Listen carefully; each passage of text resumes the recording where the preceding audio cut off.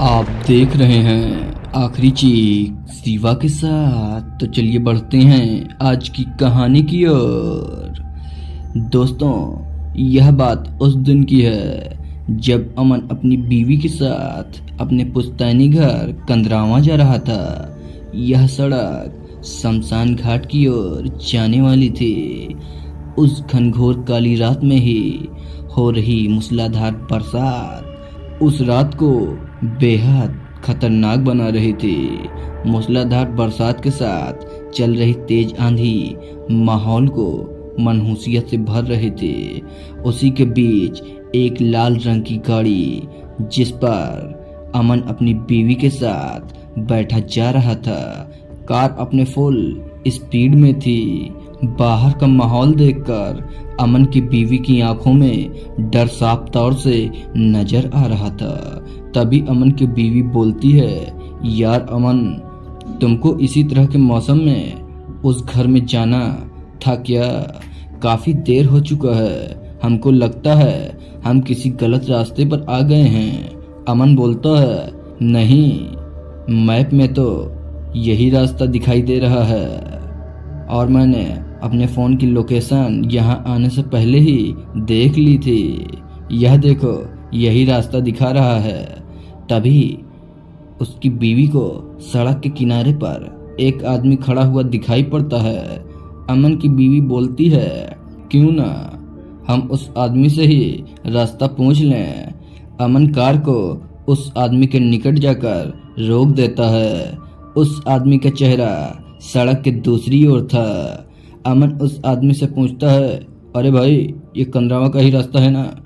वह आदमी बिना पीछे मुड़े बोलता है, वापस घूम जाओ बाबू, वापस घूम जाओ। यह रास्ता मौत की ओर जाता है। इधर सिर्फ मुर्दे ही आते हैं, लाशें आती हैं, लाशें। तभी अमन बोलता है, अरे भाई साहब, लेकिन मैप में तो यही डायरेक्शन बता रहा है। तभी अमन की नज़र फोन के मैप पर जाती है तो अमन का माथा चकरा जाता है, क्योंकि अब मैप अमन को यू टर्न का रास्ता बता रहा था। अमन की बीवी बोलती है, अरे ये क्या, अभी तक तो डायरेक्शन सीधा ही बता रहा था, लेकिन अब अचानक से यू टर्न बता रहा है। मुझे तो कुछ ठीक नहीं लगता है। मुझे लगता है ये भाई साहब ठीक ही बता रहे हैं। अमन, चलो, हमें यहाँ से वापस चलना चाहिए। अमन की बीवी जैसे ही वापस चलने को बोलती है, वह आदमी जोर जोर से हंसने लगता है। उसकी खौफनाक हंसी को सुनकर तभी अमन अपनी गाड़ी वापस से मोड़ लेता है। वह आदमी गुर्राते हुए बोलता है, जाओ जाओ यहाँ से, इस तरफ मौत है, सिर्फ मौत। मैंने तुम्हें बचा लिया, लेकिन उससे तुम्हें कौन बचाएगा? कंदरावा का बंगला नंबर 14, मतलब मौत का घर। इतना कहकर वह और जोर जोर से हंसने लगता है, लेकिन तब तक अमन काफी दूर निकल चुका होता है। उसने उस आदमी की बात को नहीं सुना। कुछ देर के बाद जैसे ही अमन की कार आगे की ओर बढ़ती है, सामने सिर्फ घना अंधेरा छाया हुआ था। सामने ऊबड़ खाबड़ रास्ता कार की सफेद रोशनी में साफ साफ तौर से दिख रहा था। यह सब देखकर अमन और उसकी बीवी को एक अजीब सा डर सता रहा था।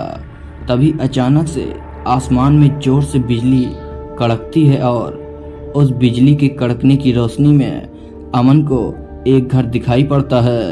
अमन के मैप में अब यही लोकेशन दिखा रहा था। अमन ने कार को रोक दिया। अमन की कार के रोकते ही अचानक से बारिश बंद हो जाती है और मौसम पूरी तरह से साफ हो जाता है। रोड की लाइट भी जल जाती है और चारों तरफ उजाला ही उजाला हो जाता है। अमन की पत्नी उस घर को देखकर बोलती है, मुझे नहीं लगता है यहाँ पर कोई और भी रहता होगा, क्योंकि यह घर मुझे वर्षों से बंद दिखाई पड़ रहा है।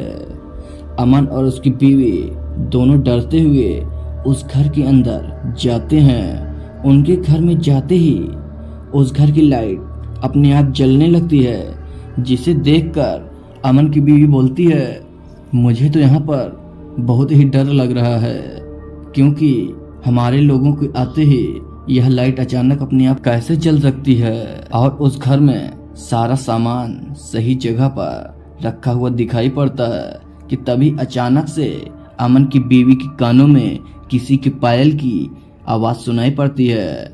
अमन की बीवी उस पायल की आवाज़ को सुनकर अमन से बोलती है, क्या आपने किसी के पायल की आवाज़ सुनी?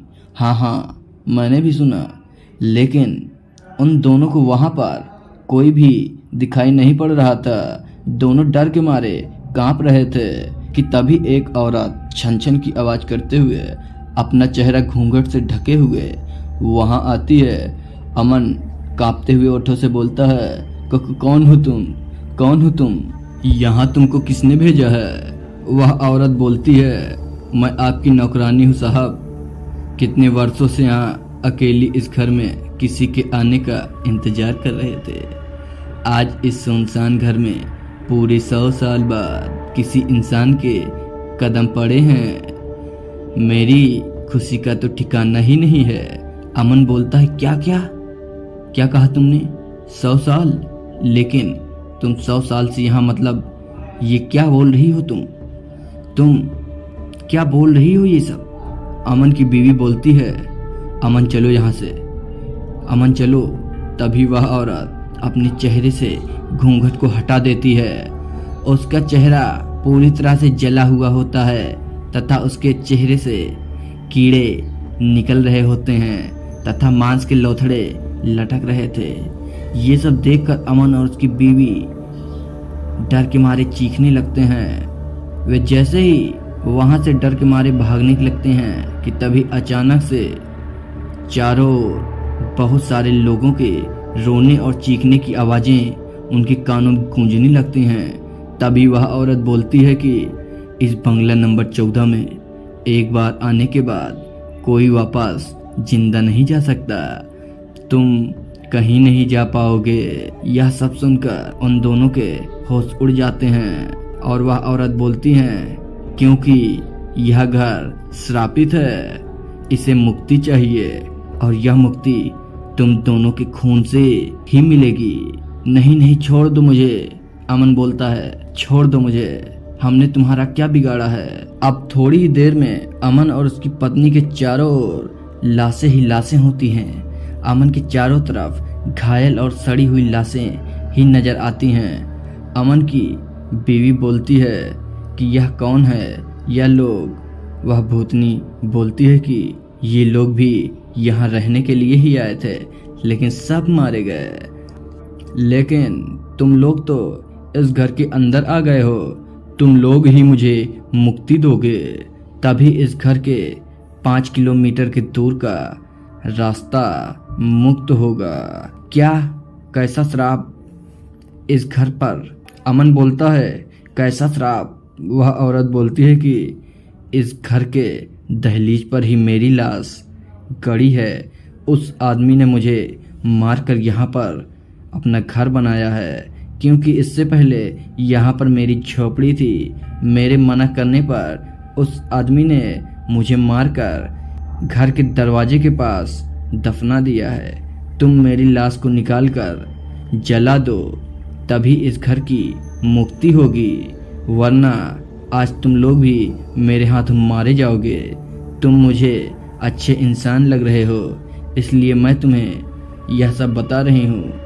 अमन जल्द से उस औरत की लाश को ढूंढता है और उसे निकालकर जला देता है। लाश के जलते ही पूरे घर का माहौल शांत वातावरण में तब्दील हो जाता है और अमन और उसकी बीवी यह सब देखकर वहां से जल्द निकलने में ही अपनी भलाई समझते हैं। वे दोनों वहां से निकलकर बाहर जाकर रात एक होटल में गुजारते हैं तथा सुबह वापस से अपने घर की ओर निकल जाते हैं।